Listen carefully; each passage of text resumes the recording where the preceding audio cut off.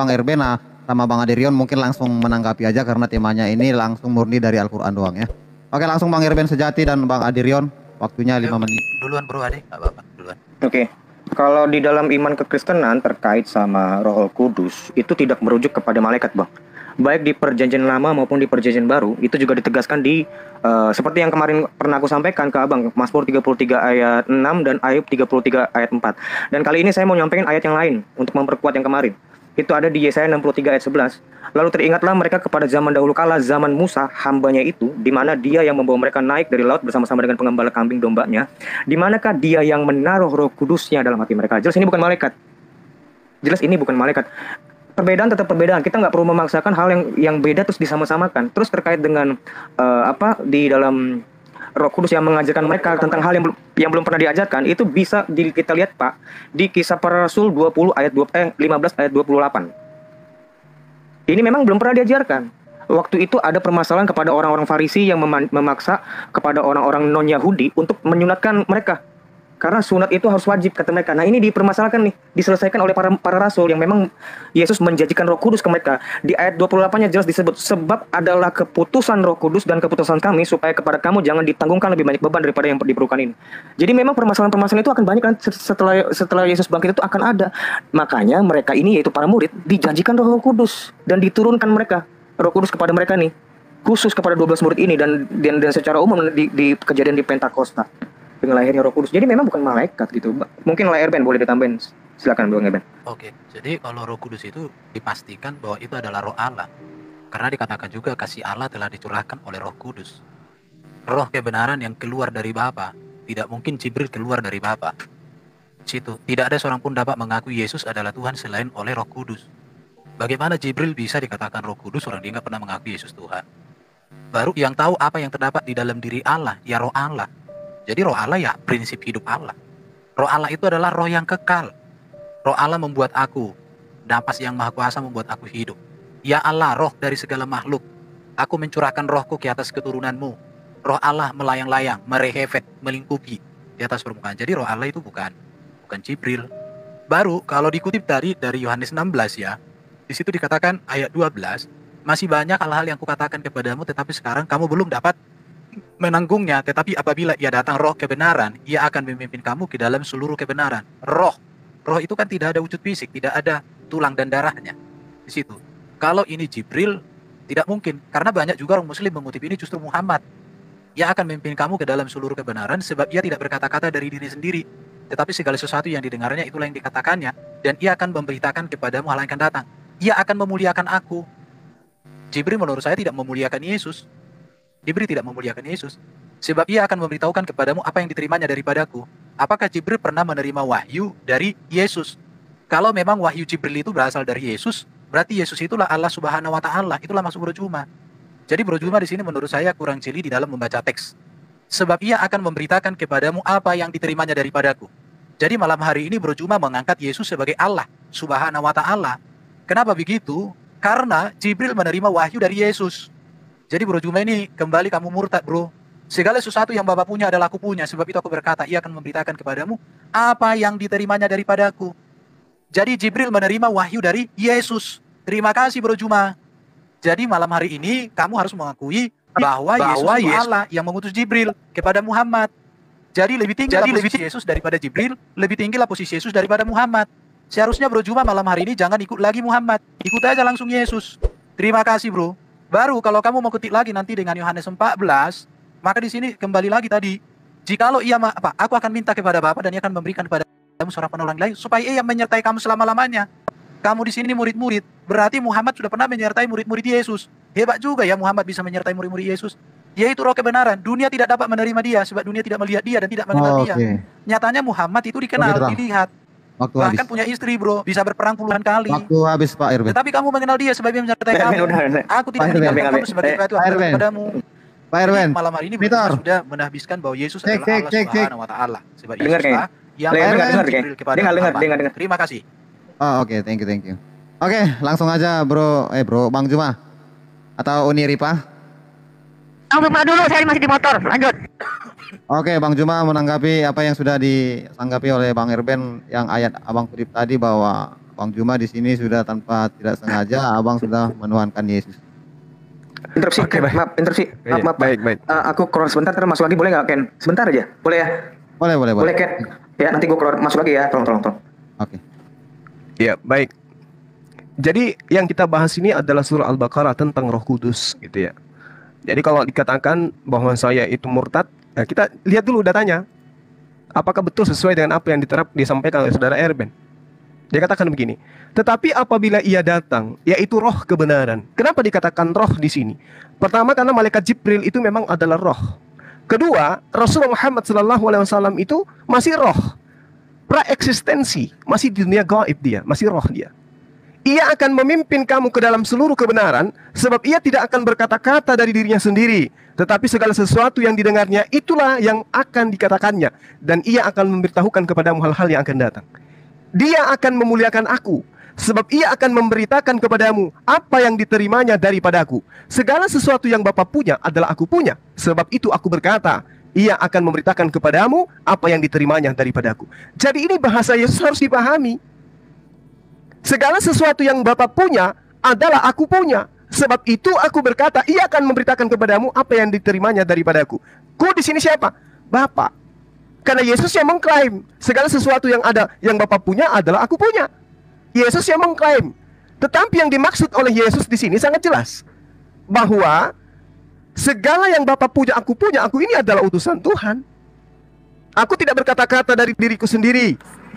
Apa yang aku sampaikan adalah apa yang diperintahkan oleh Bapa untuk aku katakan. Nah, apa pembuktiannya? Bahwa ia akan memberitakan kepadamu apa yang diterima daripadaku. Maksudnya ini kembali kepada Bapa itu sendiri. Apa buktinya?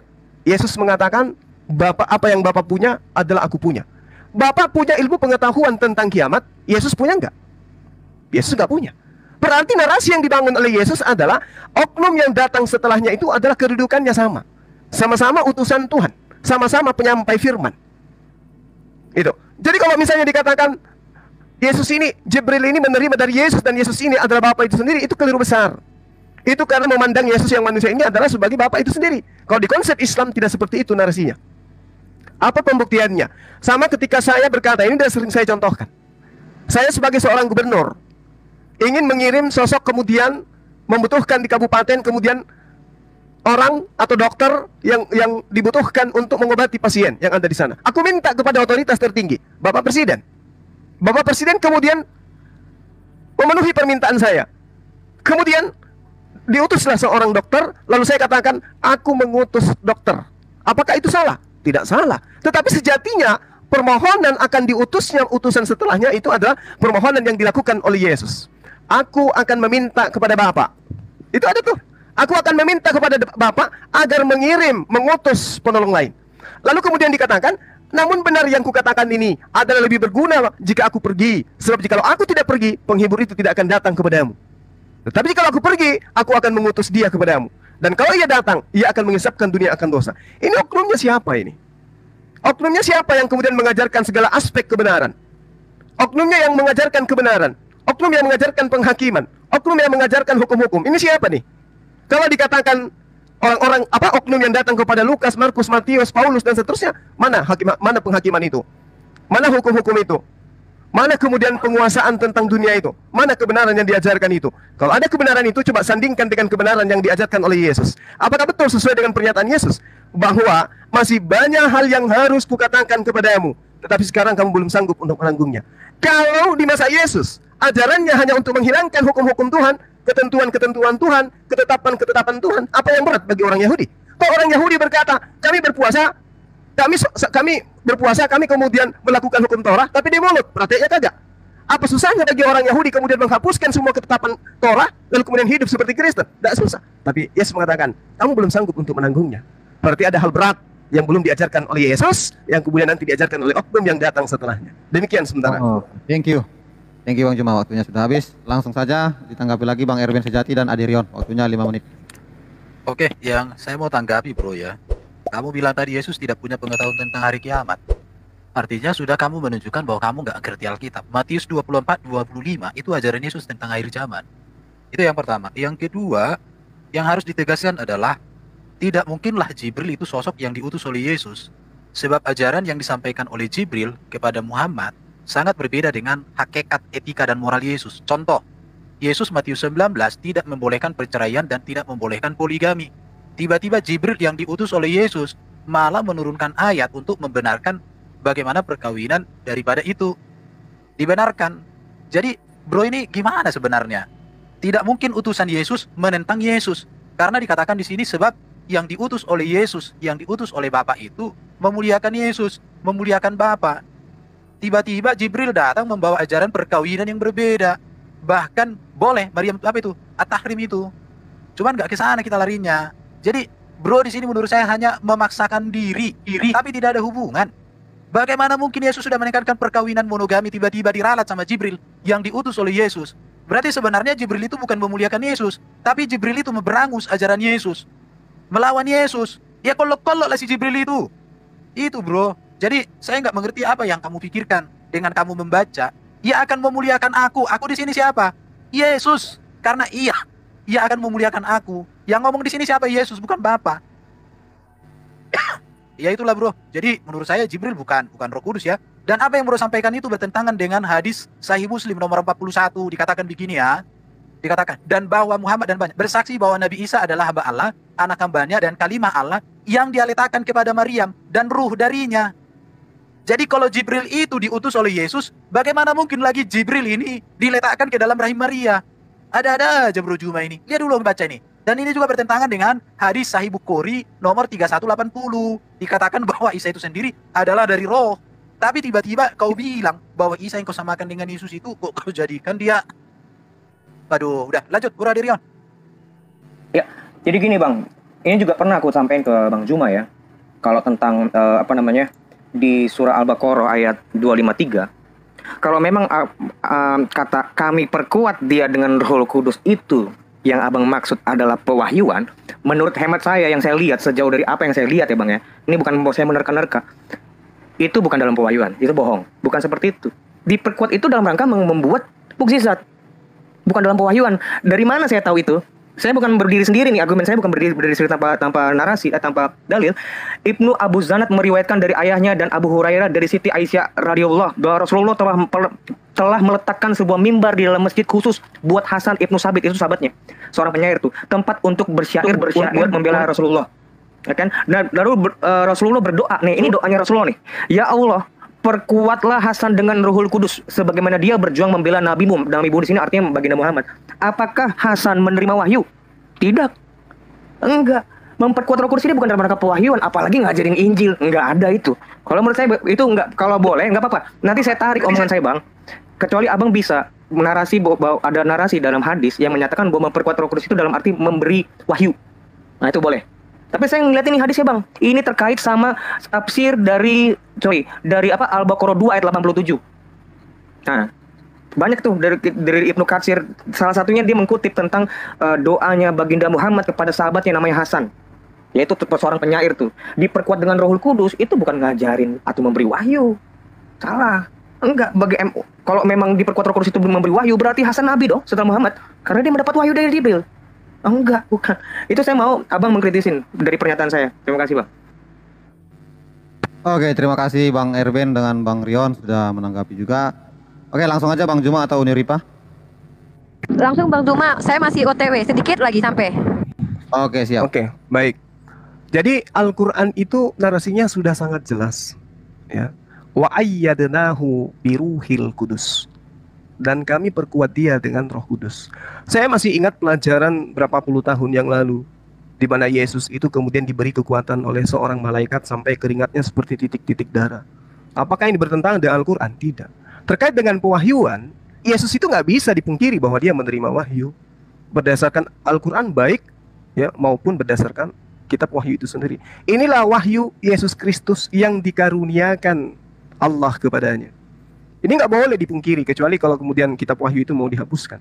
Selama tidak dihapuskan, maka kita harus mengakui Yesus itu menerima wahyu. Segala firman yang engkau berikan telah aku sampaikan kepada mereka. Yesus menerima wahyu, Bung.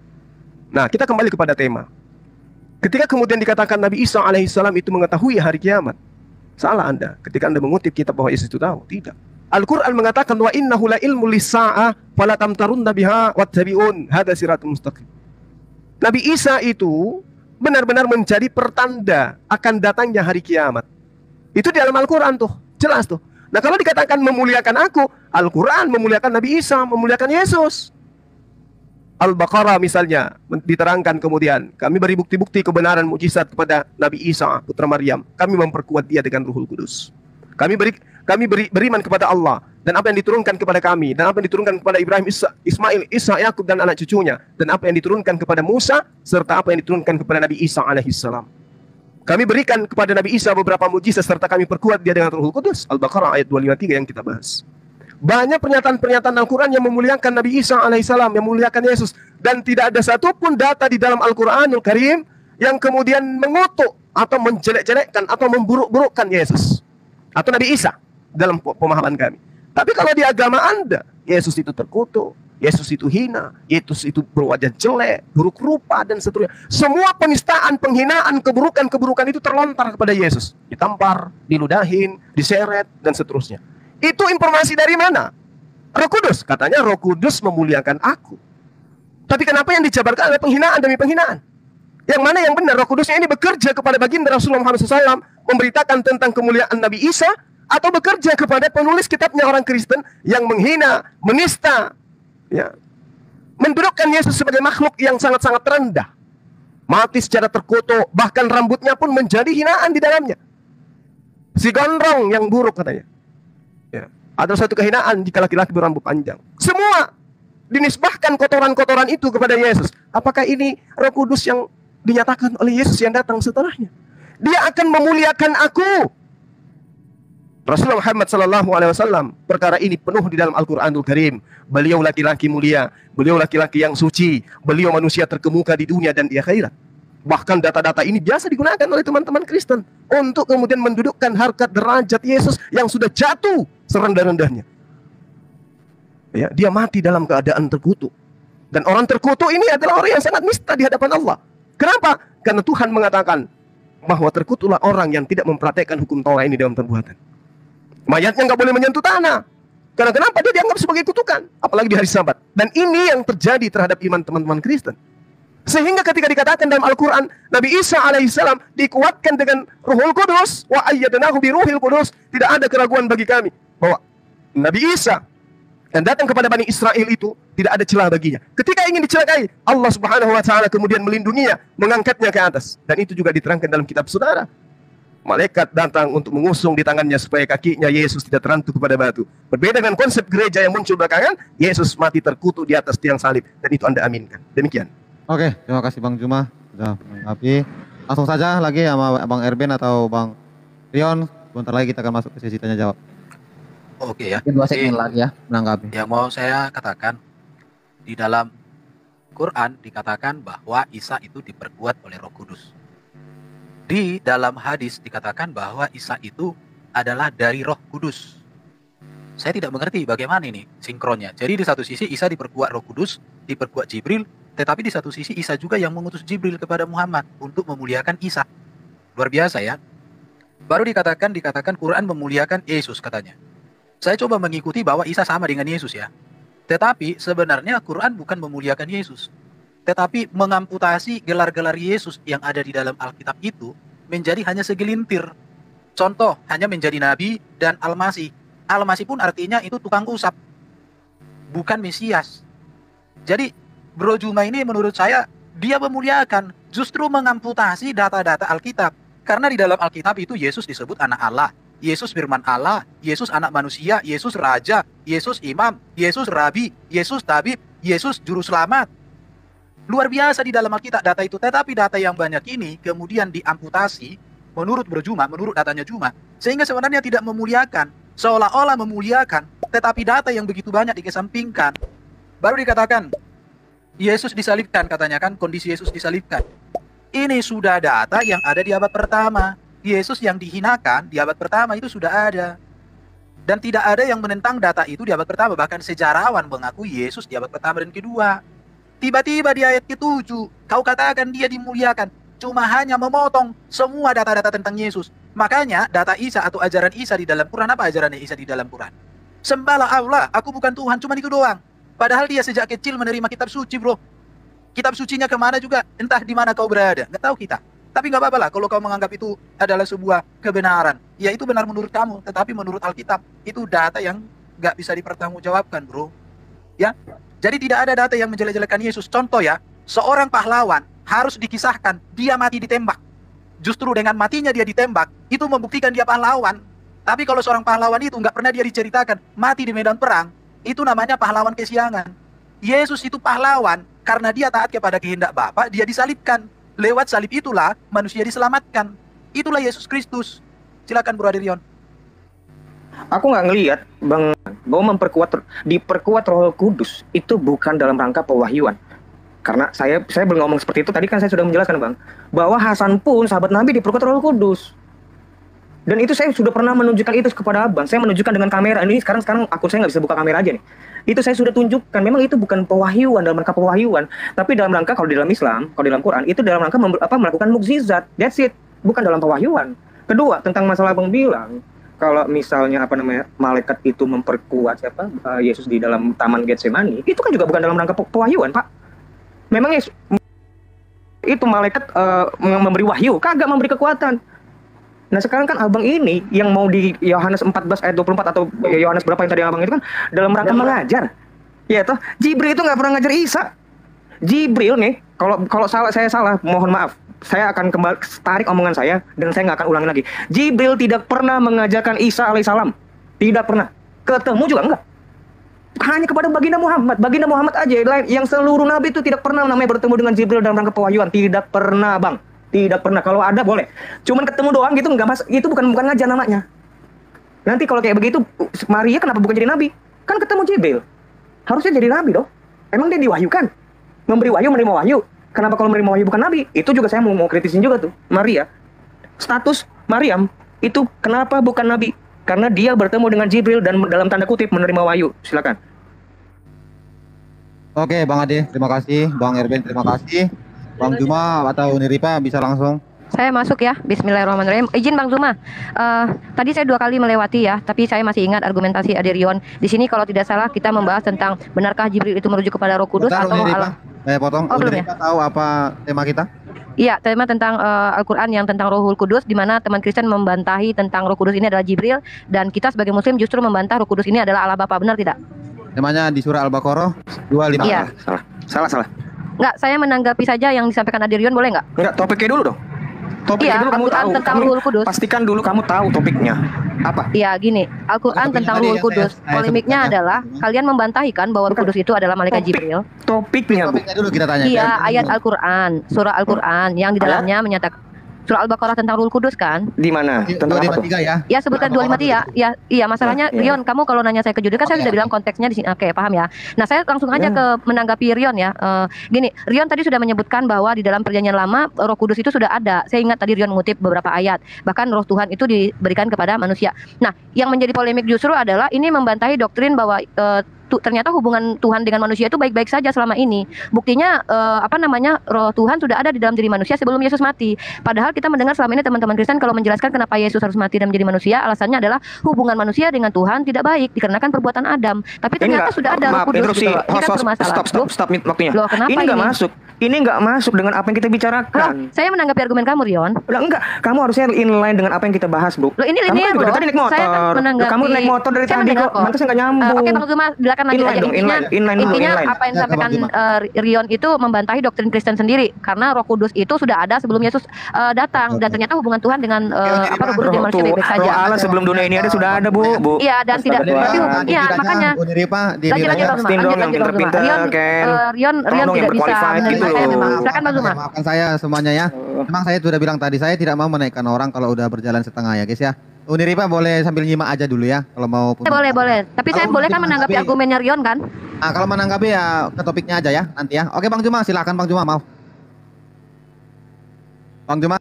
Baik, makasih. Kita Ya, jadi ya silakan ya, Bang. jadi di sini teman-teman Kristen ini harus mempertanggungjawabkan kata wahyu di dalam kitab saudara itu apa sih sebenarnya ya? Karena kata wahyu itu asalnya dari Al-Quran. Wahyu itu adalah isyarat yang cepat. Apakah kemudian Yesus ini tidak mendapatkan isyarat? tidak mendapatkan sesuatu penglihatan. Dan apakah Yesus ini tidak pernah didatangi oleh malaikat? Ya. Jelas dikatakan di kitab saudara Matius 4, iblis meninggalkan Yesus, dan lihatlah malaikat-malaikat datang melayani Yesus. Ini maksudnya melayani Yesus kayak mana ini? Menggantikan bajunya, memandikan Yesus, menyuapin Yesus, atau kayak mana tuh melayani Yesus? Jadi Yesus itu menerima wahyu sebagaimana ucapan dia. Dia mengatakan menerima wahyu, menerima firman. Barang siapa tidak mengasihi aku, ia tidak menuruti firmanku. Dan firman yang kamu dengar itu bukan daripadaku, melainkan dari Bapa yang mengutus aku.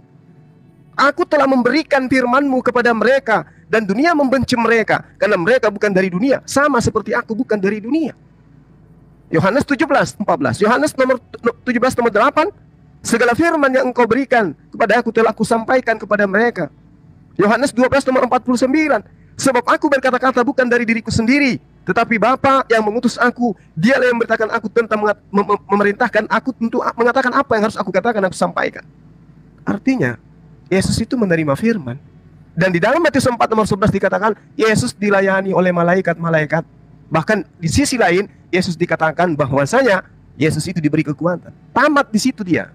Ketika Al-Quran mengatakan dia diberi kekuatan. Wa ayyadnahu biruhil kudus. Tak ada bantahan terhadap Al-Quran ini. Nah, kemudian ketika saudara mengatakan bahwa Yohanes tidak menceritakan tentang Jibril, yang datang itu adalah oknum yang memuliakan Yesus. Saya katakan kepada saudara, kemuliaan yang diterima oleh Yesus itu disampaikan Al-Quran. Ratusan ayat di dalam Al-Quran yang menceritakan kemuliaan Yesus, yang kami sebut dengan Nabi Isa alaihissalam. Tetapi di dalam kitab saudara, yang ada hanya hinaan dan penistaan terhadap Yesus. Seperti misalnya dia terkutuk. Di mana Yesus mengatakan, aku akan mati terkutuk? Tidak ada Yesus mengatakan itu. Nah, ingat Bung, utamanya saudara Erben, kitab saudara di dalam Yohanes 14 nomor 26. Tetapi penghibur, yaitu Roh Kudus, yang akan diutus oleh Bapa dalam namaku. Ini terbantahkan yang tadi. Yang mengutus itu adalah Bapa. Dia yang akan mengajarkan segala sesuatu kepadamu. Apa yang diajarkan segala sesuatu itu kepada Anda? Contoh misalnya tentang pemerintahan. Kalau aku tanya, apa yang Roh Kudus ajarkan tentang pemerintahan kepada saudara? Anda akan nangis di sana. Lalu ayatnya Yohanes 14 nomor 26, dia akan mengingatkan kamu akan semua yang kukatakan kepadamu. Jadi roh ini akan datang mengajarkan semua perkataan Yesus yang Yesus ajarkan dulu kepada Bani Israel. Apakah Yesus pernah mengajarkan kepada Bani Israel untuk menuhankan dirinya? Tidak. Lalu kenapa dalam kitab Anda itu ada perintah untuk menuhankan Yesus? Apakah ada perkataan Yesus yang mengatakan bahwa dia adalah Bapa yang nusul menjadi manusia? Tidak. Lalu kenapa ada dalam pengajaran kitab saudara? Roh mana yang mengajarkan itu? Tapi kalau dalam Al-Quran, Bung, ya Bani Israel, inni Rasulullahi ilaikum. Wahai Bani Israel, aku ini utusan Allah kepadamu. Ani abudullah, sembahlah Allah, Tuhanku dan Tuhanmu. Jelas itu. Dia dimuliakan. Lalu kemudian ucapan-ucapannya kalau dia utusan kepada Bani Israel, itu dikembalikan, diucapkan di dalam Al-Quranul Karim. Tapi kalau di dalam kitab Anda, dipaksakan Yesus yang manusia itu, yang mengajarkan hukum Taurat itu tidak boleh dibatalkan, harus kembali kepada hukum Taurat, kemudian bantah dengan matinya dia secara terkutuk. Mana pernyataan Yesus itu? Karena dia mengatakan, Roh Kudus ketika ia datang akan mengingatkan kamu akan semua yang telah kukatakan kepadamu. Contoh di dalam Lukas. Mana ucapan Yesus yang pernah terulang? Tiberius yang mulia. Banyak orang berkata tentang peristiwa-peristiwa yang terjadi di antara kita. Apakah ucapan itu pernah diucapkan oleh Yesus? Tidak. Berarti. Oke, makasih. Oke, waktunya sudah habis Bang Juma. Mungkin Bang Erben sama Bang Rian sudah menangkap apa yang disampaikan Bang Juma. Silakan ditanggapi lagi. Ya, silakan. Iya, aku kembali lagi kulihat Bro Juma ini hanya bernarasi tapi tidak memahami apa yang disampaikan. Di mana Yesus mengatakan dia akan mati, Matius 20:28. Anak manusia datang bukan untuk melayani, melainkan untuk bukan untuk dilayani, melainkan untuk melayani dan untuk memberikan nyawanya menjadi tebusan bagi banyak orang. Jadi kembali lagi Bro Juma ini menyatakan sesuatu yang tidak dia tahu. Baru Roh Kudus adalah Allah Bapa, kata si Niripa. Siapa bilang Roh Kudus itu Allah Bapa? Roh Kudus itu adalah roh Allah, prinsip hidup Allah yang dapat diutus oleh Allah tanpa meninggalkan Allah karena dia Maha Kuasa. Baru mengingatkan semua yang kukatakan. Saya tidak temukan apa di dalam Quran yang menjadi ajaran Yesus yang diingatkan oleh Jibril. Selain sembahlah Allah, aku bukan Tuhan. Ajaran Yesus di dalam Quran tentang surga berbeda. Yesus mengatakan di dalam Alkitab kami di surga itu tidak ada pesta. pesta bidadari. Tapi justru yang diberikan Jibril ada bidadari. Baru kalau Yesus mengatakan, hari ini engkau bersamaku di Firdaus. Tetapi Maryam 71 harus mendatangi neraka dulu. Jadi Bro Juma ini kembali mengatakan, jadi sebenarnya kalau Jibril itu diutus oleh Yesus, bagaimana mungkin ajaran Jibril berbeda dengan Yesus? Yesus mengatakan keselamatan melalui aku. Jibril mengatakan keselamatan melalui apa? Melalui amal baik. Itu pun harus mendatangi neraka dulu. Jadi saya nggak mengerti maksudnya Bro Juma di mana. Semua kau sampaikan itu di awan-awan, nggak mendarat. Di mana Yesus mengatakan aku Tuhan? Yohanes 13 ayat 13. Akulah guru dan Tuhan. Cuma kamu gak mengerti arti kata Tuhan. Tuhan itu Kyrios, Lord. Gak seperti yang kau pahami bahwa Tuhan itu pencipta alam semesta. Namanya Allah Subhanahu wa Ta'ala. Jadi perbedaan pemahamanmu yang gak nyambung dengan ajaran Yesus dan dengan ajaran Kristen. Baru kau bilang tadi, orang Kristen membatalkan hukum Taurat. Tidak ada hukum Taurat tertulis di dalam Quran. Coba, di mana 10 hukum itu tertulis dalam satu kitab di Quran? Gak ada. Tapi dalam Alkitab kami masih ada, Keluaran 20. Sampai sekarang itu kami pelihara itu. Kami pelihara hukum Taurat itu. Aduh. Yang tidak kami lakukan lagi adalah bahwa melakukan hukum Taurat bukan untuk masuk surga. Itu aja bagi kami. Melakukan hukum Taurat sebagai rasa syukur kepada Yesus yang menjaminkan surga buat kami. Itu dia. Ayo Bro Adirion, monggo. Iya, saya nggak melihat gini ya. Tadi abang Zuma bilang artinya Yesus menerima firman di sini abang mengasosiasikan bahwa Isa diperkuat oleh Roh Kudus. Artinya diperkuat Roh Kudus itu artinya Isa menerima firman dari Roh Kudus. Itu salah. Itu tidak bisa dibuktikan. Maksudnya ini tadi saya bilang Bang, saya kalau salah saya minta maaf. Maksudnya abang ini perbaikin saya. Di sini kan jelas menganugerahkan kepada Isa putra Maryam bukti-bukti yang sangat jelas yaitu mukjizat dan kami perkuat dia dengan Roh Kudus. Nah, Roh Kudus inilah yang memperkuat mukjizat itu. Bukan dalam rangka pewahyuan. Karena saya tidak pernah melihat Isa itu bertemu dengan Jibril dalam rangka pewahyuan. Tidak pernah. Sama sekali tidak pernah. Satu. Kedua, saya juga memperkuat itu dalam narasi di tafsir tadi yang saya tadi bilang itu. Termaksud itu tafsirnya bukan sembarangan. Dari Aisyah. Sebentar. Saya bilang dari mana tuh ya? Sebentar. Perawinya tadi. Sebentar. Wait. Tadi saya udah bacaan itu. Perawinya itu diperkuat dengan Roh Kudus terkait dengan Hasan itu. Itu perawinya itu adalah Aisyah radhiyallahu. Tadi kan saya udah baca itu. Itu nggak main-main Bang. Itu bukan cuma hanya sekedar ulama, istri dari baginda Muhammad yang ngomong itu. Dan diperkuat oleh para sahabat-sahabatnya. Bahwa Hasan pernah berdoa, baginda Muhammad pernah berdoa untuk Hasan untuk diperkuat dengan Roh Kudus. Apakah Hasan menerima wahyu? Apakah Hasan pernah diajarkan firman? Nggak pernah. Nggak pernah, itu dalam rangka perang itu. Perang. Nah itu Bang, saya maksudnya seperti itu. Yang kedua tentang aku buat catatan. Yohanes 14 ayat 26, dia akan mengajarkan segala sesuatu sesuatu kepadamu. Mu itu di siapa di situ? Apakah Adirion atau apakah Erben? Tidak. Itu merujuk kepada 12 rasul itu dan para rasul yang itu. Makanya tadi saya membuat case-nya di sini. Contoh konkret di Kisah Para Rasul 15 ayat 28, sebab adalah keputusan Roh Kudus dan keputusan kami. Mereka itu lagi menyelesaikan masalah itu dengan berkonsili itu.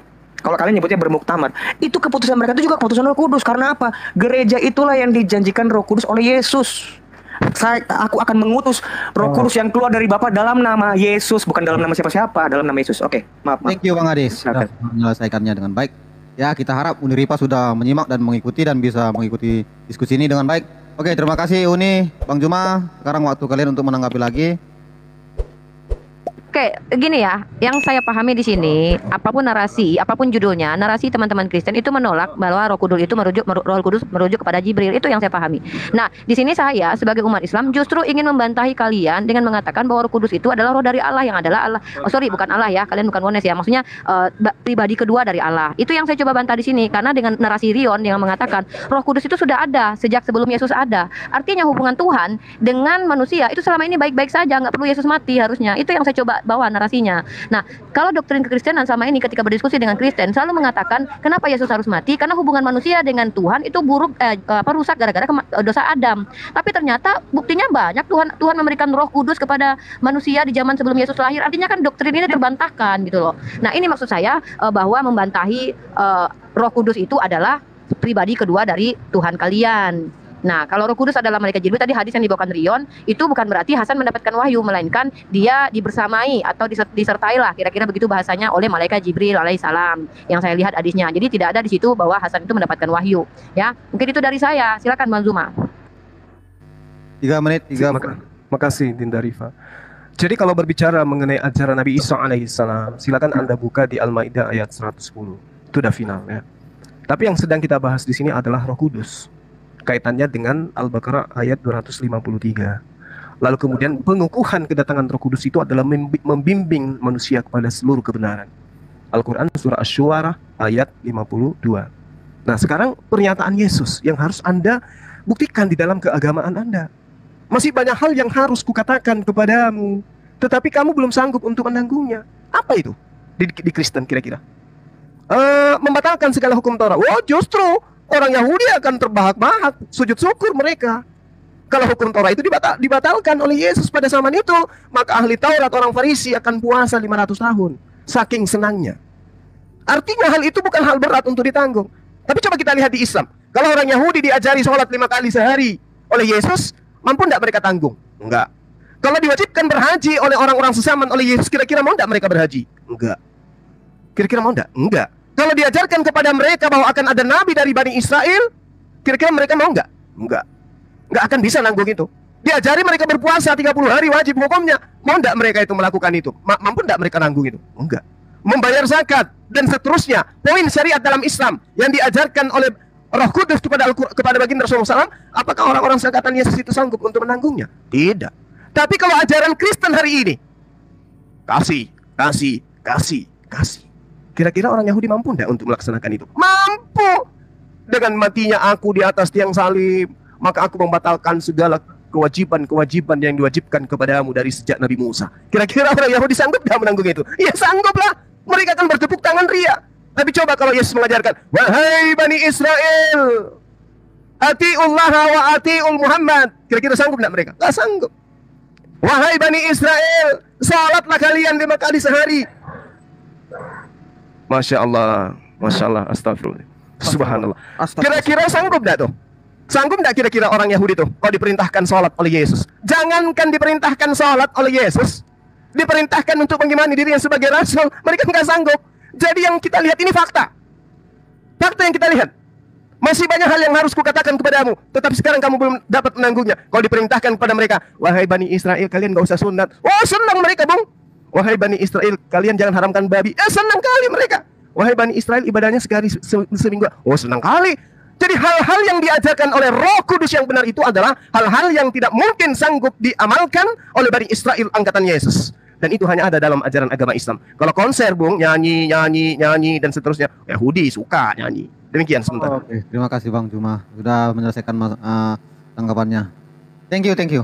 Oke, langsung aja Bang Erben atau Bang Aderion menanggapi lagi. Silakan Erben atau gua? Aku. Silakan Le. Duluan. Ini dia yang menarik. Apakah Yahudi mampu menjalankan Taurat? Mampu, sanggup dari mana? Siapa bilang sanggup? Yahudi mana di sini? Panggil Yahudi sekarang. Bagaimana mereka bisa bilang sanggup tapi keimamatan mereka sudah hancur lebur? Karena apa, Pak? Pusat peribadatan Yahudi itu semua ada di Bait Allah. Mereka selama 2000 tahun, catat nih, tidak pernah melakukan kurbanot.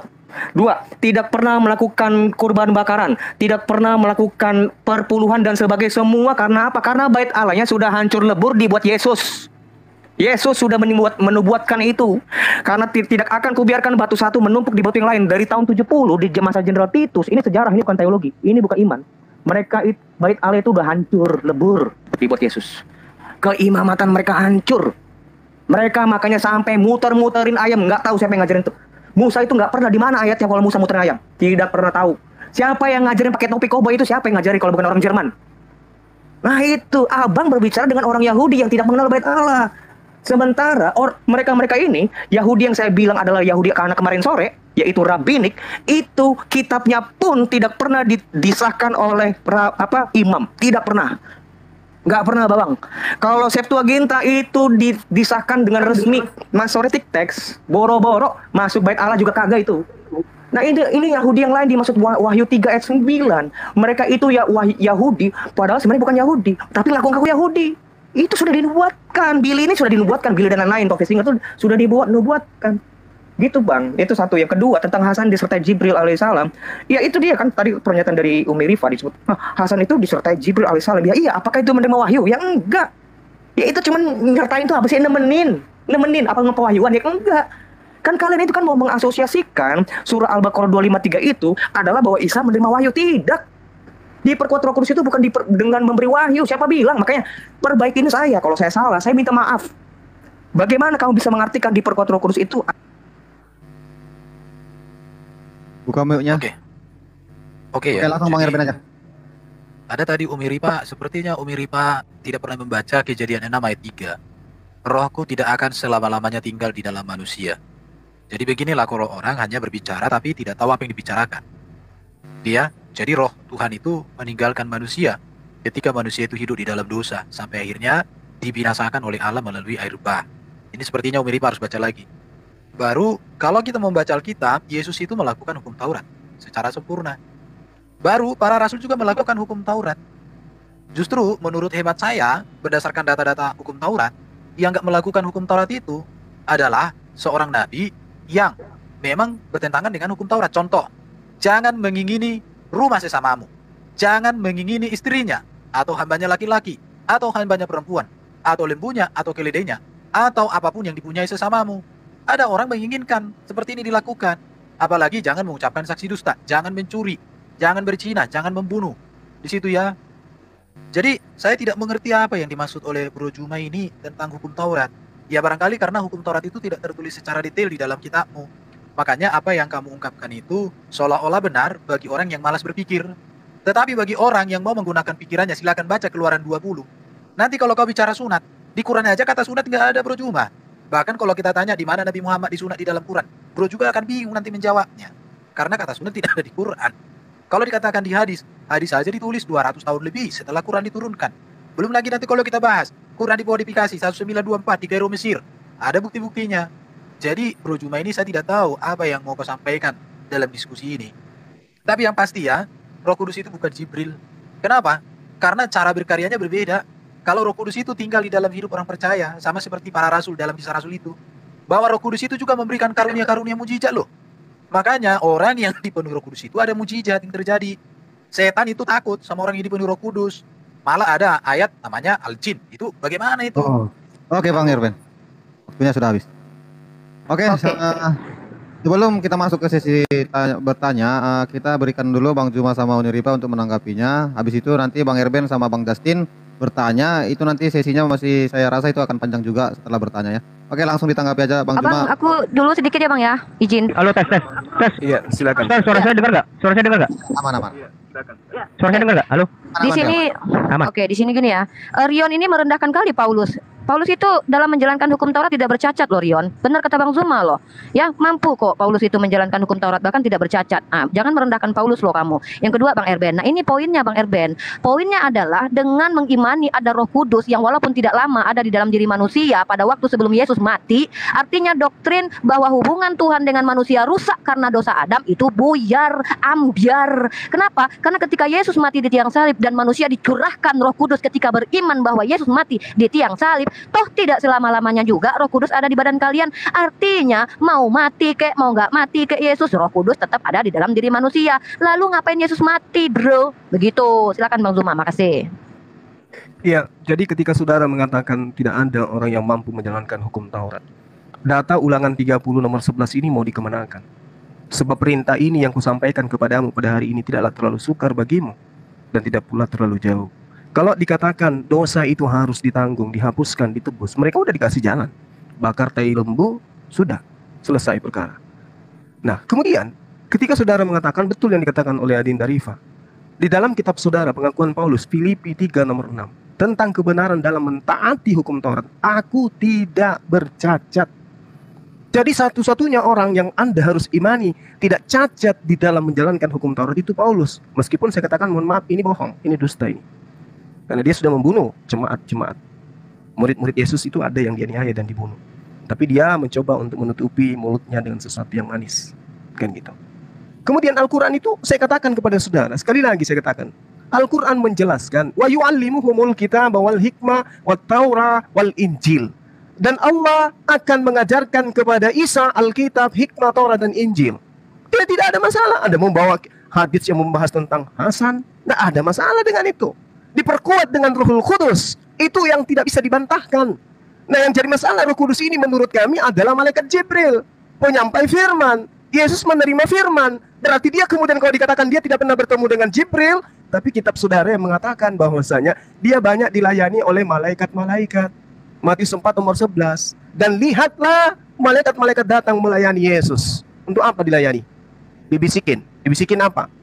Bercakap-cakap. Cakap-cakap tentang apa? Nomor togel. Kan sudah pasti bukan. Pasti pewahyuan.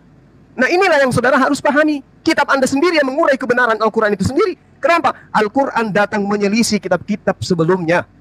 Tidak bisa dipungkiri itu.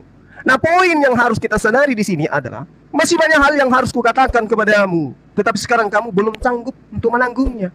Sekarang ajaran Kristen, kita dudukkan perkaranya seutuhnya. Konsep Kristen, doktrin dan dogmanya kita dudukkan pada zaman Yesus. Apakah orang Yahudi tidak sanggup menanggungnya? Sanggup. Apa yang tidak sanggup? Tapi kalau ajaran Islam yang kemudian didudukkan pada masa Yesus, apakah kira-kira mereka sanggup untuk menanggungnya? Tidak bisa. Berarti kesimpulannya, ajaran yang akan diajarkan oleh Roh Kudus bukan Kristen setelah Yesus, tapi Islam. Itu kesimpulannya. Bantah saya di situ. Bantah saya di situ. Kalau cuma berkata Yesus itu Tuhan dengan mulut dan dipenuh dengan hati, lalu dikatakan diselamatkan, orang Yahudi akan percaya, Bu. Tidak berat itu. Itu bukan hal yang susah bagi mereka. Tapi yang masalah sekarang ini adalah ketika mereka didudukkan pada perkara syariat. Kira-kira mampu tidak mereka menjalankan syariat? Sementara Yesus mengatakan, masih banyak hal yang harus kukatakan kepadamu, tetapi sekarang kamu belum dapat menanggungnya. Berarti ada pengajaran, isinya adalah jalan kepada keselamatan, tetapi itu tidak mampu untuk ditanggung pada masa itu. Sehingga harus menunggu waktu untuk datangkan kemudian penolong lain, roh penghibur, untuk mengajarkan konsep yang Allah katakan itu, yang dikatakan oleh Yesus itu. Lalu kemudian Allah Subhanahu wa taala dalam Al-Qur'an ya, surah Asy-Syura ayat 52 itu sudah jelas tuh. Al-Qur'an datang dibawa oleh sebagai roh untuk diajarkan membimbing kepada seluruh manusia. Demikian. Oke, thank you. Jadi kita masuk ke sesi tanya jawab ya. Untuk ini karena topiknya dari Al-Qur'an surah Al-Baqarah 253, saya harapkan kita bertanya tentang topik ya yang berhubungan dengan topik kita. Kita akan berikan waktu 3 menit dibagi 2 untuk bertanya kepada Bang Juma dan Uni Rupa. Oke, silakan siapa yang duluan, Aderion apa Bang Erben untuk bertanya kepada Bang Juma atau Uni Rupa? Untuk bertanya kepada Bang Juma atau Saya. Ya, Bang Aderion yang bertanya duluan. Silakan. Ya, Bang Aderion yang bertanya. Oke. Silakan. Terkait tentang masalah diperkuat Roh Kudus, tadi Abang bilang itu dalam rangka penyampai firman. Sorry, suaranya kecil banget Jibril itu. Halo, tes. Halo. Tes. Oke, udah. Kecil banget gimana? Halo. Ulang. Masalahnya tadi kata Bang Zuma, Jibril itu penyampai firman. Nah, sekarang saya mau tahu, firman apa yang disampaikan Jibril kepada Yesus? Ali Imran surat 3 ayat 48 jelas di situ. Allah mengajarkan kepadanya, tidak disebut malaikat. Allah mengajarkan kepadanya kitab, hikmah, Taurat dan Injil. Makanya di ayat 50 Isa di situ ya. Saya juga nggak beriman sama tokoh ini. Tokoh ini saya tidak beriman, tapi saya merujuk kepada Isa di sini. Membenarkan Taurat yang diturunkan sebelumku dan untuk menghalalkan bagi kamu. Isa itu menghalalkan tanpa ngomong dulu Jibril. Jibril itu nggak pernah bertemu. Cool, katakanlah kepada mereka, halalkanlah, nggak ada. Itu Isa sendiri yang ngomong itu. Coba, saya mau tahu Jibril mengajarkan apa kepada Isa. Saya mau tahu satu ayat. Silakan. Oke, kunci. Langsung Bang Erwin. Satu aja pertanyaan sudah cukup, cuman saya akan menanggapi untuk apa Yesus mati. Teman-teman, memang orang Muslim akan selalu kesulitan memahami makna kematian Yesus. Karena di dalam Quran tidak ada hukum kurban, sebagaimana itu makna di dalam korban penebusan, pendamaian, korban keselamatan. Karena di dalam Muslim itu, semua kurban itu adalah potong kambing, sapi, bagi-bagi tetangga. Khususnya mereka yang kurang mampu. Itu aja. Tetapi saya mau kasih gambaran, bagi kami Yesus itu di dalam salib itu ketaatan yang sempurna. Karena ketaatan yang sempurna adalah menyerahkan nyawanya. Dan Yesus itu seorang pahlawan. Karena dia mampu taat sempurna kepada Bapa, dan melalui ketaatan itulah dia menebus, menyelamatkan, dan membawa manusia ke surga. Yang harus kalian pikirkan adalah, siapakah para nabi yang kematiannya berdampak bagi keselamatan? Siapakah nabi di dunia ini yang kematiannya berdampak mengubah hidup Anda menjadi baru, mengubah hidupmu menjadi berarti? Makanya orang Kristen di dunia ini 65% itu menerima penghargaan dari PBB atas ilmu dan hikmat yang dimilikinya. Kemudian Yahudi 15%, ateis itu 78%. Sementara Muslim itu nggak nyampe 1%. Kenapa? Karena memang kematian Yesus itu mengubah hidup manusia. Karena ketaatan yang sempurna itu membawa dampak yang luar biasa bagi semua orang. Memang jelas dikatakan Alkitab, pemberitaan tentang salib memang kebodohan bagi mereka yang binasa. Jadi kami maklum kalau kalian tidak memahami, dan tema kita malam ini sebenarnya bukan di situ ya. Tapi saya menanggapi ini karena coba dibawa lari kemana-mana, itu aja. Pertanyaannya adalah apa yang diajarkan oleh Jibril kepada Nabi Isa? Sebutkan dan terangkan secara detail. Oke, terima kasih. Terima kasih Bang Erben, terima kasih Bang Aderion sudah memberikan pertanyaan dan menanggapi tadi dari Bang Erben. Untuk menjawab ini kita akan memberikan waktu 5 menit kepada Bang Juma. Oke, saya ulangi pertanyaannya tadi. Firman apa yang disampaikan Jibril ke Yesus di dalam ajaran Islam ataupun dari dalam Al-Quran? Mungkin itu pertanyaannya ya Bang Juma ya. Silakan Bang Juma, waktunya 5 menit. Ke Isa alaihissalam. Oh, Jangan ke Yesus, ke Isa alaihissalam. Oke, diralat ke Isa alaihissalam. Isa, Soalnya ke kalau Isa. Yesus nggak ada di Al-Quran ya. Seperti itu kah maksudnya? Oke. Betul. Oke. Betul. Firman apa yang disampaikan Jibril ke Isa alaihissalam, yaitu Isa yang kita kenal di dalam Al-Quran? Oke, lanjut Bang Juma. Tunjuk ayat. Oke, baik. Bismillahirrahmanirrahim. Pertanyaan yang sangat baik ya, terkait dengan Nabi Isa alaihissalam yang kemudian namanya itu dipelintir nanti menjadi nama Yunani gitu ya. Al-Quran menjelaskan dalam Al-Ma'idah ayat 110. A'udzubillahi minasyaitonirrajim. Bismillahirrahmanirrahim. Iz qala Allah ya Isa bin Maryam, "Zkuru ni'mati 'alaika wa 'ala walidatika. Iz ayyadtuka bi ruhil qudus." 1. Tukallimul nas fil mahdi wa kahla. Wa is 'allamtukal kitaba wal hikmah wat taurah wal injil wa istakhluqu minat tin kahayati tayri bi isni fatanfukhu fiha wa takunu tayran bi isni wa tubari'ul akmaha wal abras bi isni wa istukhrijul mauta bi isni wa bi isni wa bi isni wa bi isni. Jadi selalu atas izin Allah. Dan ingatlah ketika Allah berfirman, wahai manusia berjenis kelamin laki-laki bernama Isa, anak laki-lakinya perempuan manusia bernama Maryam. Saya kasih lengkap supaya orang tahu bahwa itu adalah manusia. Ingatlah nikmatku kepadamu dan kepada ibumu sewaktu aku menguatkanmu dengan Roh Kudus. Engkau dapat berbicara dengan manusia pada waktu masih dalam buayan dan setelah dewasa.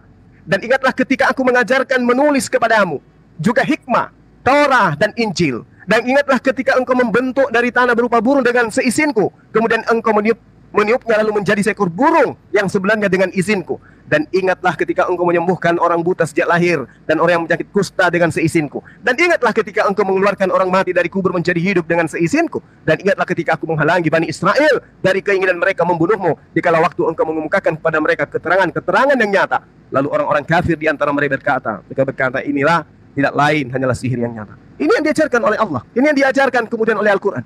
Bahwa ketika Isa alaihissalam diberi kekuatan dengan Roh Kudus, Isa mampu melakukan mujizat-mujizat. Beliau menguraikan kemudian hikmat. Beliau kemudian mengajarkan Torah, kemudian mengajarkan Injil. Ini yang diuraikan oleh Al-Quranul Karim. Nah, ketika saudara kemudian mengatakan, mana Injil itu? Mana Taurat itu? Maka yang perlu dan wajib menghadirkan itu adalah kalian, teman-teman Kristenku, yang mengimani adanya kemudian pengajaran di dalam kitab saudara. Kalau Al-Quran sudah mengatakan dalam surah Al-Baqarah ayat 79 itu sudah sangat jelas tuh. Ada yang membuat kitab dari tangannya lalu dikatakan itu dari Allah. Padahal di dalam kitab yang mereka buat itu ada pengakuan-pengakuan oknum yang menerima firman. Dan ketika ditanya mana firman, sekumpulan firman yang diterima oleh Yesus, yang ditunjukkan malah kesaksian-kesaksian penulis-penulis yang datang setelah Yesus, yang Yesus sendiri tidak pernah memberikan legitimasi terhadap penulis-penulis ini. Nah, saya kira begitu. Sementara mungkin ada tambahan dari Dinda Rifa. 1 Ya menit. sedikit saja. Rian bertanya kepada umat Islam, mana wahyu yang diturunkan Allah kepada Nabi Isa di dalam Al-Quran? Kan lucu, karena Al-Quran sendiri wahyu yang diturunkan kepada Nabi Muhammad, ya kan? Maksudnya kalau maksud Rion itu kutipan-kutipan perkataan Nabi Isa, ya ada di dalam Al-Quran. Tapi yang kalau minta Rion adalah mana secara eksplisit bahwa malaikat Jibril menyampaikan wahyu kepada Nabi Isa dijelaskan, ya buat umat Islam tidak penting hal itu harus dijelaskan. Nanti kalau Rion bilang seperti itu, kalau umat Islam menjawab itu memaksakan jawabannya, nanti Rion juga minta mana perkataan Tuhan kepada Ibrahim dalam Al-Quran. Kalau tidak penting nggak usah debat, Pak. Kalau tentang nggak penting nggak usah debat. Jangan diganggu dong. Punya adab dong. Punya adab kan? Belajar kan Mbak di sekolah dulu PPKN enggak ya? Belajar ya. Jadi kamu nggak mau debat toh? Kamu nggak mau debat kan? Itu nggak penting. Maksudmu apa? Kamu bilang nggak penting. Ya bukan. Punya adab belajar dong. Kamu punya adab nggak? Kapan kamu bilang? Kondisi kan Kamu ada adab juga kamu memfitnah saya kamu memfitnah saya. Kamu memfitnah saya. Kok panas deh? Biasa aja kali. Oke. Lanjut ya. Kamu tuh jangan adab-adab, jangan ngomong adab kamu. Kamu tuh udah fitnah saya ngasih video. Berarti kamu pribadi. Jangan bawa masalah pribadi kita dong, Dek. Malu dong sama pendengar, maaf ya. Apa? Dari Oke, Bang. saya jawab lagi ya. Nah, jadi kalau seandainya nih Bang Zuma jawab nih, oh ini ada nih perkataan Isa yang disampaikan Jibril. Nanti kalian bakalan minta lagi tuh mana perkataan malaikat Jibril kepada Nabi Ibrahim. Bukan itu, yang terpenting adalah apa yang disampaikan kepada Nabi Muhammad SAW yang menjadi rahmatan lil alamin sesuai dengan yang dikehendaki oleh Allah, bukan yang dikehendaki Rion, yaitu apa? Al-Qur'an, firman Allah kepada Nabi Muhammad.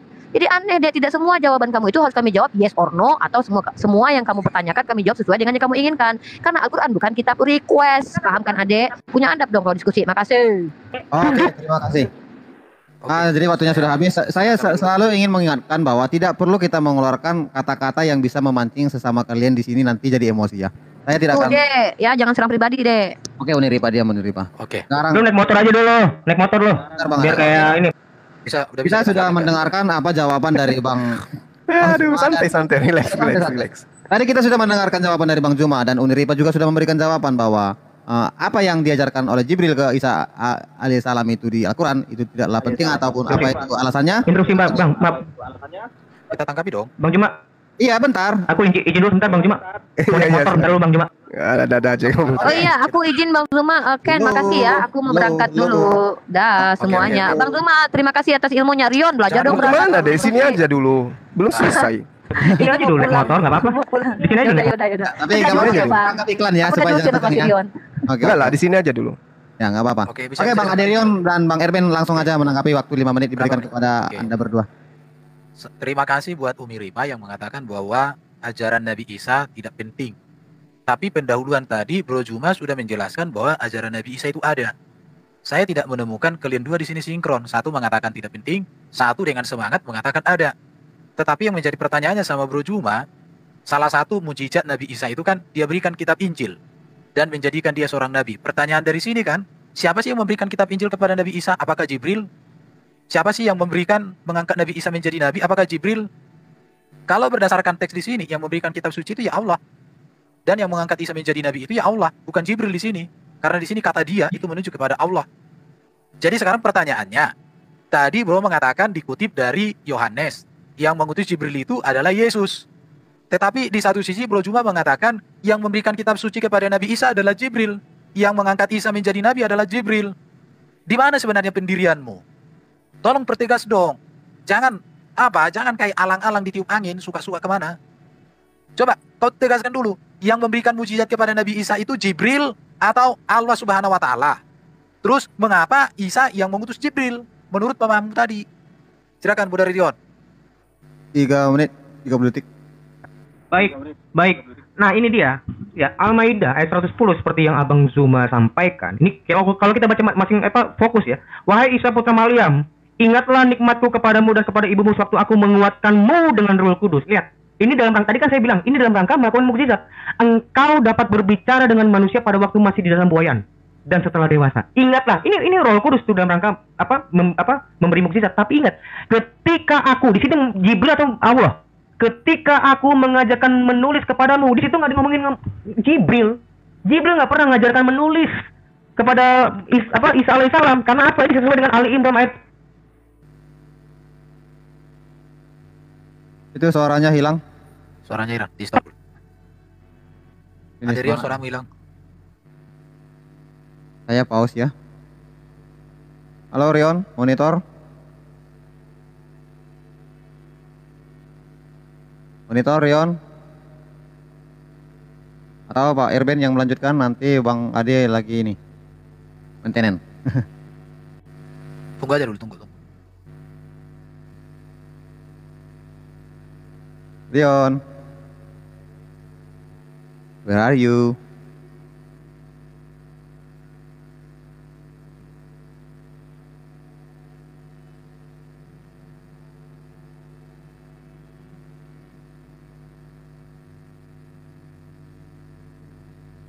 Oke, fix Rion kena ban. Oke, lanjut aja Bang Erben. Sisanya ada 2 menit 34 detik. Dikatakan kan gini kan di dalam surat apa ini? Dikatakan di Gua dalam- reset lagi. Oke, lanjut. Oke. Tadi sisa 3 menit 30. Oke, sesungguhnya aku telah datang kepada kalian dengan membawa satu tanda mujizat dari Tuhan kalian, Ali Imran 49. Yaitu aku membuat untuk kalian dari tanah sebagai bentuk burung. Tuhan kalian di sini dikatakan bukan Jibril.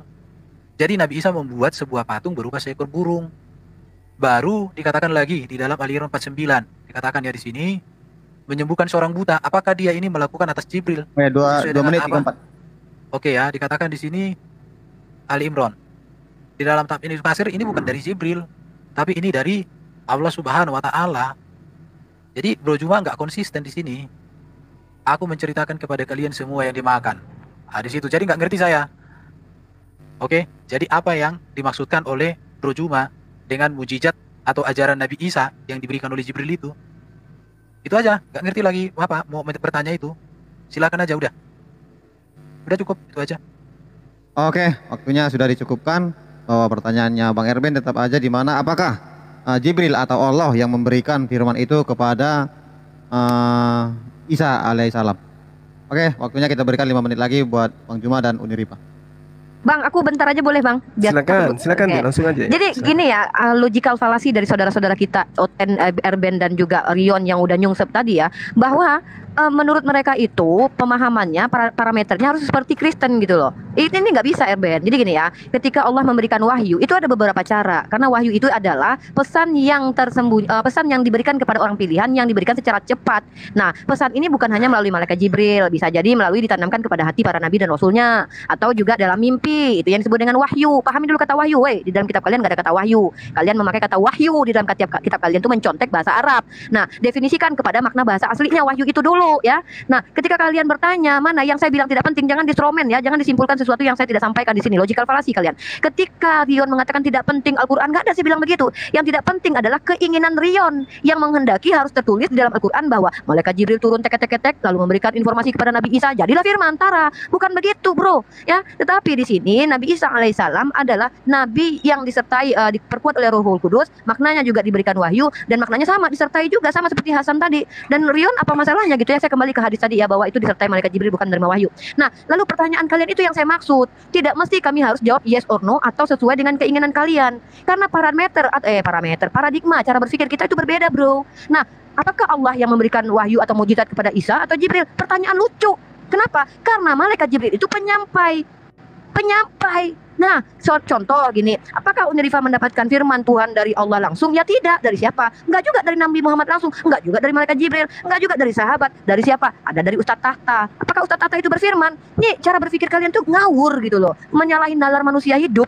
Ya, jadi kalau seandainya dikatakan apakah Allah yang memberikan firman kepada Nabi Isa? Yes. Tapi apakah malaikat Jibril yang menyampaikan firmannya? Yes. Hanya menyampaikan saja, bukan berfirman. Pahamilah dulu Erben antara itu. Aduh, makanya Ben jangan lama-lama menuhankan manusia. Jadi begini cara berpikirnya. Makasih pausnya. Silakan Bang Zuma. Oke, udah menit 30 lagi. Iya.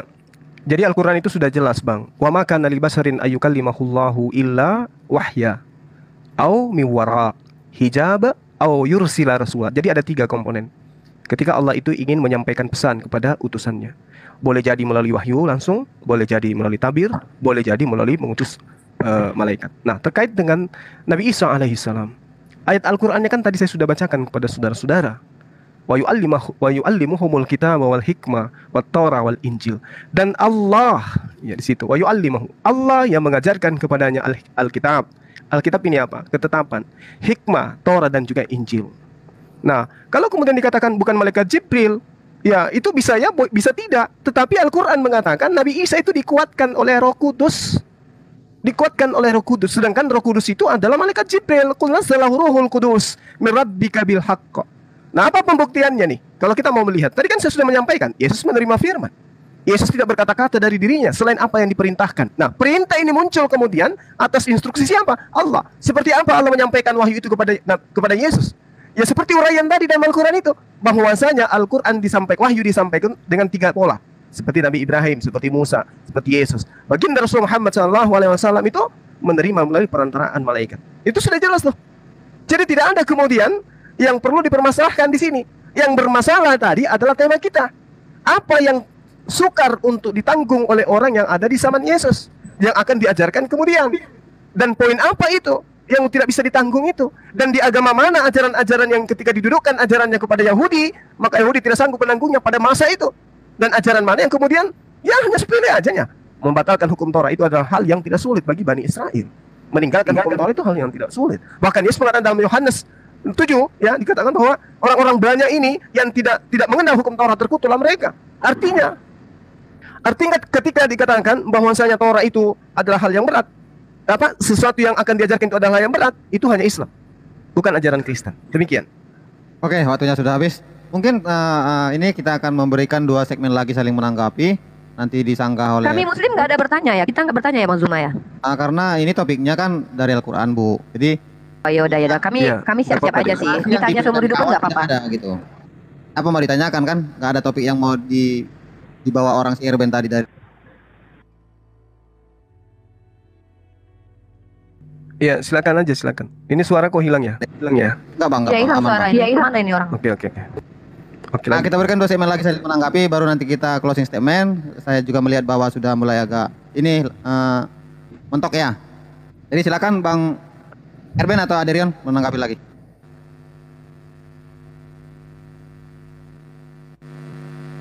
Bang Erben, Bang Aderion. Ade monitor.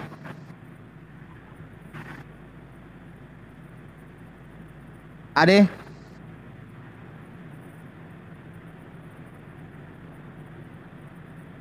Oke, bentar ya. Oke, langsung aja Pak Erben. Bang Ade nggak ada suara. Oke, langsung Pak Erben. Tunggu. Ini Sirion kenapa ya? Ada Rion? Mungkin lagi naik motor mungkin Bang Ken. Aduh, saling mengejek orang.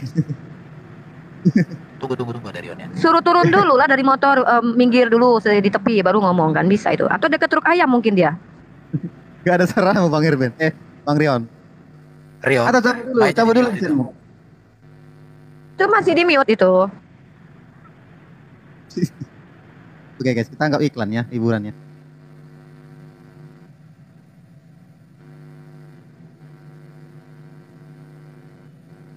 Oke, langsung aja Bang Erben, mungkin tidak bisa. Bang Rion keluar lagi dulu dari ini, nanti masuk lagi saya naikin. Oke, saya mau tanya At-Tahrim 12. At-Tahrim 12 dikatakan, dan ingatlah Maryam binti Imran yang kami pelihara kehormatan. Maka kami tiupkan ke dalam rahimnya sebagian dari ruh. Apakah ini Jibril yang ditiupkan oleh Allah ke dalam rahim Maria? Coba silakan dijelaskan ini. Jadi kalau ruh ditiupkan ke parjahannya Maria itu bagaimana itu ya? At-Tahrim 12. Silakan dijelaskan. Itu saja dari saya pertanyaannya. Oh, Oke. menanggapi. Itu aja. Ruh Maria ditiupkan ke... Adik Rion, sudah. Jadi kalau memang Jibril itu ada ruh Allah, berarti Jibril juga pernah ditiupkan oleh Allah ke dalam rahim Maria. Secara otomatis berarti Maryam itu mengandung Jibril. Kemudian Jibril itu dilahirkan menjadi Yesus. Kira-kira begitulah pemahaman saya terhadap ayat ini. Silakanlah kalian menjelaskan. Karena ini kitab kalian ini kan, At-Tahrim 12. Semoga kalian oke. bisa Sudah menjelaskannya cukup kan, Pak kepada Erben? kita. Tunggu dulu dari Biarin dia naik motor dulu, nggak apa-apa. At-Tahrim itu, At-Tahrim. Tunggu Adi Rion ya. Mute dulu mute. Supaya Oke, kita pause ya. Nggak boleh Udah- kami udah jawab bisa dulu di- itu. Iya. Dijawab Bang Zuma dulu lah, nanti baru Rion bertanya lagi, nggak apa-apa. Baru di... Biar dijawab Bang Zuma dulu, biar nggak lama-lama kita. Ini si Rion udah request, udah ku ACC tapi nggak naik-naik. Memang sinyalnya ini Pak Erben. Ya kami jawab aja dulu Ken, kayak mana Ken, daripada buang-buang waktu Ken. Tapi ya terserah lah. Kita tunggu dulu. terserah lah. Oh, udah ada. Rion. Rion. Rion. Oke, mungkin kita anggap aja ini lagi bermasalah di Rion. Jadi ini waktunya di restart kah Pak Erben? Biar langsung aja Bang Juma menanggapi. Ya udah nggak apa-apa. Oke, mungkin tadi bukan pertanyaan ya sebenarnya dari Pak Erben ini. Sebenarnya dia mengingatkan bahwa itu tentang peniupan Roh Kudus itu tadi ke rahimnya Bunda Maria, dianggap Bang Erben sebagai Roh Kudus juga. Apakah itu tidak Roh Kudus atau seperti apa? Itu mungkin masuk Pak Erben. Iya, Oke, iya. lanjut aja Bang Juma dan Uniripa. Oke, baik, terima kasih. Jadi ketika Anda berbicara mengenai surah apa tadi ya? At-Tahrim ayat 12 ya. Di situ diterangkan bahwasanya Maryam putri Imran memelihara kehormatannya. Lalu kemudian kami tiupkan ke dalam rahimnya sebagian dari roh kami, ya. Dan dia membenarkan kalimat-kalimat Tuhannya dan kitab-kitabnya, dan dia termasuk orang-orang yang taat. Pertanyaan yang saudara ajukan kemudian, apakah Jibril yang ditiupkan masuk ke dalam rahim? Saya beberapa saat yang memberikan pemahaman terkait dengan roh di dalam Islam. Jadi ketika memahami roh di dalam pengajaran Al-Quranul Karim, itu harus kita lihat konteksnya. Karena roh di dalam Al-Quran itu bisa menjadi wahyu, firman, perintah, bisa juga adalah malaikat Tuhan, bisa juga adalah pertolongan Tuhan. Banyak hal yang terkait dengan roh di dalam Al-Quranul Karim itu. Contoh misalnya, ketika Anda bertanya tentang At-Tahrim ayat 12. Dan kata Allah, Maryam putri Imran yang memelihara kehormatannya, kami tiupkan ke dalam rahimnya sebagian dari roh kami. Dan dia membenarkan kalimat-kalimat Tuhannya. Nah, roh yang ditiupkan ini adalah bukan Jibril. Bukan Jibril yang ditiupkan masuk ke dalam rahim, tetapi roh yang sama seperti ada pada diri kita manusia. Contoh misalnya di dalam perintah Allah, pernyataan Allah, semisal penciptaan Nabi Isa alaihissalam yang kemudian diterangkan oleh Allah di dalam surah Ali Imran ayat 59. Apa yang Allah katakan? Inna mathala Isa indallah kamathali Adam. Summa qala lahu kun fayakun. Nah, lalu kemudian khalaqtahu min turaba. Ketika penciptaannya itu kemudian diciptakan sama seperti Adam, yang terjadi adalah peniupan roh kepada jasad mereka. Fa iza sawaituhu wa nafakhtu fihi min ruhi faqa'u lahu sajidin. Maka apabila aku telah menyempurnakan kejadiannya, aku telah meniupkan rohku ke dalamnya. Rohnya siapa tuh yang ditiupkan? Roh yang ditiupkan oleh Allah, yaitu roh yang diciptakan kemudian lalu diberikan kepada manusia bernama Adam alaihissalam. Sama seperti dalam surah Sad ayat 72. Fa iza sawaituhu wa nafakhtu fihi min ruhi faqa'u lahu sajidin. Itu jelas tuh ya. Jadi kita tidak bisa meragukan. Kemudian apabila aku sempurnakan kejadiannya dan aku tiupkan rohku kepadanya, maka tunduklah kamu bersujud kepadanya. Ini sama. Nah, terkait dengan ruh malaikat Jibril itu beda lagi. Coba kita lihat dalam surah Maryam ayat 17. Fattakhasa min dunihim hijaba fa arsalna ilahi ruhana wa tamatsala laha basyaran sawiyya. Maka dia menampakkan diri di hadapannya dalam bentuk manusia yang sempurna. Ini siapa? Jibril. Berarti roh dalam Al-Qur'an tidak serta-merta harus Jibril. Roh dalam Al-Qur'an tidak serta-merta adalah roh yang ada pada diri manusia. Tergantung konteks ayatnya. Makanya harus memahami Quran itu berdasarkan original teks. Silakan Dinda Rifa.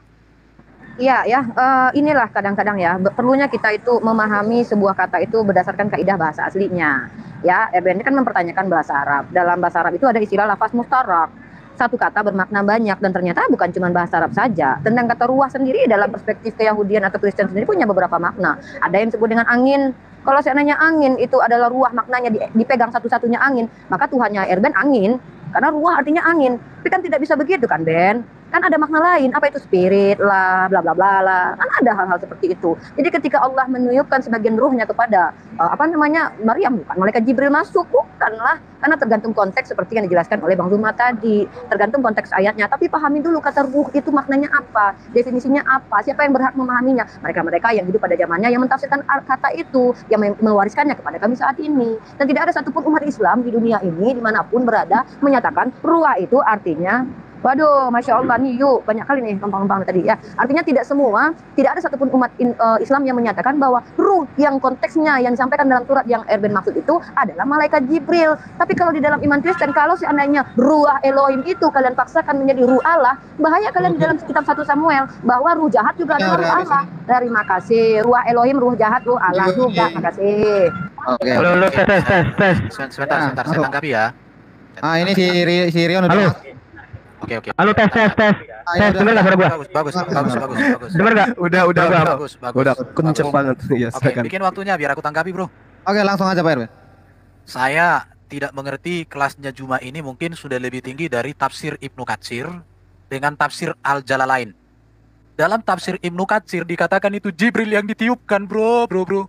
Dalam tafsir Al-Jalalain juga itu disebutkan malaikat Jibril. Jadi hebat sekali memang Allahmu itu bahwa Jibril malaikat ditiupkan ke dalam rahim Maria. Jadi Maria itu mengandung Jibril. Kemudian Jibril berubah menjadi Nabi Isa. Itulah hebatnya tafsir kalian ini. Ini lihat. Ini ya, saya tunjukkan. Ini tafsir, ini surat. Ini lihat ya. Makanya suka membaca dong. Jangan tafsir Al-Juma dan Al-Rifa terus. Lihat. Tafsir Jalalain. Ini. Tafsir Jalalain. Ibnu Katsir. Ya. Yang memelihara kehormatannya. meriam, ini lihat ya, yaitu malaikat Jibril. Jadi malaikat Jibril lah yang ditiup ke dalam rahim, ke dalam farjah Maria. Selamat datang farjah Maria, ditiup. Kemudian di tafsir jalan lain, yakni malaikat Jibril. Tapi tafsir Al-Juma dan Al-Rifa itu katanya benar. Jadi tafsir Al-Jalalain dan tafsir Ibnu Katsir ini tafsir yang salah menurut mereka berdua. Selamat datang di kebenaran. Bola Radio, monggo. 3 menit 29. Rion, monitor. Good. Gimana? Dengar nggak? Halo. Pak, dengar nggak? Halo. Bagus. Halo, dengar nggak? Halo, tes. Yo. Tes. Oke. Nih, Pak. Ruah Elohim atau Ruah HaKodes itu tidak pernah merujuk, panggil orang Yahudi sekarang siapapun itu, kalau ada di bawah, tidak pernah merujuk kepada malaikat, Pak. Tidak pernah. Lihat di Mazmur 33 ayat 6, oleh firman Tuhan langit telah dijadikan oleh nafas dari mulutnya tentaranya itu di sini maksudnya itu adalah galaksi-galaksinya. Itunya. Sekarang ayat 33 ayat 4. Roh Allah telah membuat aku dan nafas yang maha kuasa membuat aku hidup. Roh Allah itu apa? Ya nafas. Kalau dulu kamu sebut, gini deh, angin juga ruah. Betul. Memang angin itu kan nggak kelihatan.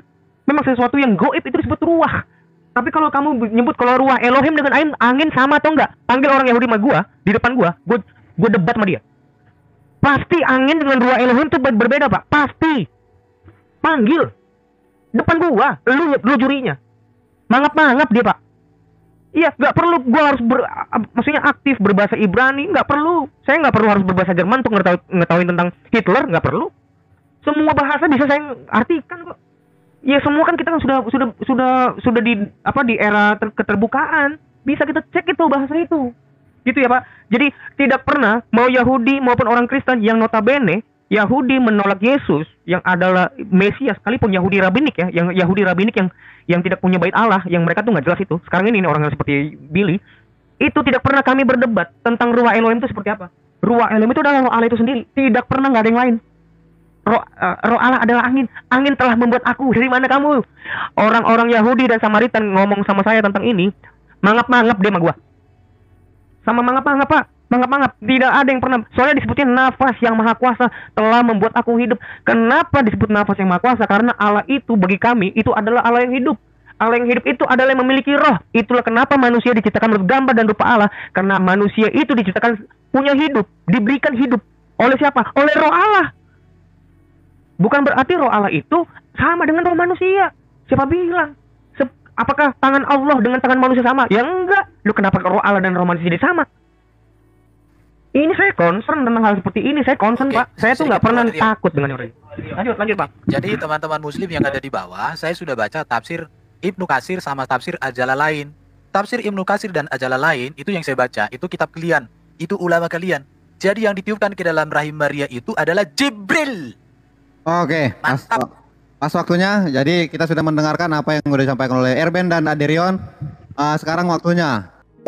Sahabat yang diberkati dan dikasihi oleh Tuhan kita Yesus Kristus, kita bersama-sama telah menyaksikan serta menyimak keseruan diskusi atau debat yang sangat menarik dari antara para apologet Kristen, dan juga ada Pak Pendeta di dalamnya, dan juga ada Ustadz Zuma bersama dengan kawan-kawannya. Dan kita lihat bagaimana dengan secara luar biasa Pak Pendeta bersama dengan teman-teman itu sangat dipakai Tuhan dengan luar biasa, sehingga mereka dengan hikmat Tuhan mereka bisa menyampaikan semua kebenaran yang selama ini tidak dipahami, bahkan disalahpahami oleh orang-orang yang tidak mengenal atau percaya kepada Yesus Kristus seperti itu.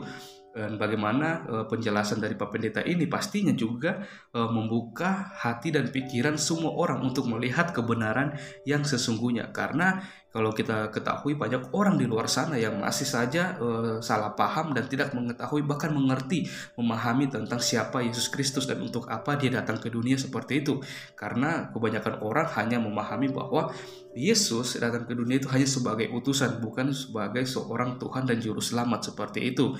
Dan hal inilah yang dijelaskan Pak Pendeta bagaimana bahwa Yesus dia 100% manusia tetapi dia juga 100% Allah seperti itu. Karena Allah sungguh sangat baik merancangkan segala sesuatunya, karena Allah tahu bahwa manusia tidak sanggup untuk menyelamatkan dirinya sendiri. Maka dari itu Allah berinisiatif mengutus utusannya yaitu Yesus Kristus untuk datang ke dunia, mengambil rupa seorang manusia untuk menyelamatkan kita manusia yang berdosa ini. Karena kalau kita melihat ini merupakan karya yang sangat luar biasa, di mana ada banyak yang, kalau kita perhatikan di luar sana, banyak orang yang ingin manusia yang ingin menjadi Tuhan, akan tetapi cuma satu Tuhan yang mau menjadi manusia. Dan hal inilah yang menjadi suatu hal yang luar biasa dan spesial bagi kita umat yang percaya kepada Yesus Kristus, di mana Allah sendiri yang turun ke dunia mencari kita semua umat yang terhilang, sehingga kita yang percaya kepadanya memperoleh keselamatan dan kehidupan yang kekal, hidup bersama-sama dengan Dia di surga. Dan hal inilah yang terus disalahpahami, bahkan juga mungkin karena Ustadz Suma dan kawan-kawan sudah terdoktrin dengan hal-hal dari mungkin dari berbagai macam pengajaran dan juga Injil-Injil yang di luar keempat Injil yang ada dalam Alkitab, sehingga mereka meyakini bahwa bukan Yesuslah yang disalibkan, Yesus hanya sebagai utusan, Dia bukan Tuhan dan Juru Selamat, seperti itu. Sehingga Ustadz Suma sendiri, kalau kita melihat, memperhatikan, ketika pemaparan yang sangat baik dan jelas itu disampaikan oleh Pak Pendeta, hal ini ya membuat Ustadz Suma sendiri merasa kepanasan dan seperti tidak menerima dari pernyataan dari Pak Pendeta sendiri, karena Pak Pendeta sudah menjelaskan dengan sangat baik bersama teman-teman yang lain bahwa mereka tidak mempermasalahkan jika mereka membahas tentang Isa dalam konsep yang ada dituliskan di dalam Al-Quran. Tapi kalau mereka mengkaitkan Isa yang ada di Alkitab, pastinya akan jauh berbeda, karena tidak akan pernah ketemu kesamaannya seperti itu. Untuk dari itu, mari kita terus berdoa supaya semakin banyak orang di luar sana mengerti dan memahami siapa Yesus Kristus sendiri dan untuk apa Dia datang ke dunia. Dan kita berdoa untuk para apologet Kristen dan juga para hamba-hamba Tuhan, biarlah mereka terus dipakai Tuhan untuk memberitakan kabar sukacita, kebenaran, kabar keselamatan kepada semua orang tanpa terkecuali. Kiranya video ini boleh memberkati kita semua. Sampai berjumpa, bertemu di video saya yang selanjutnya. Tuhan Yesus memberkati kita semua.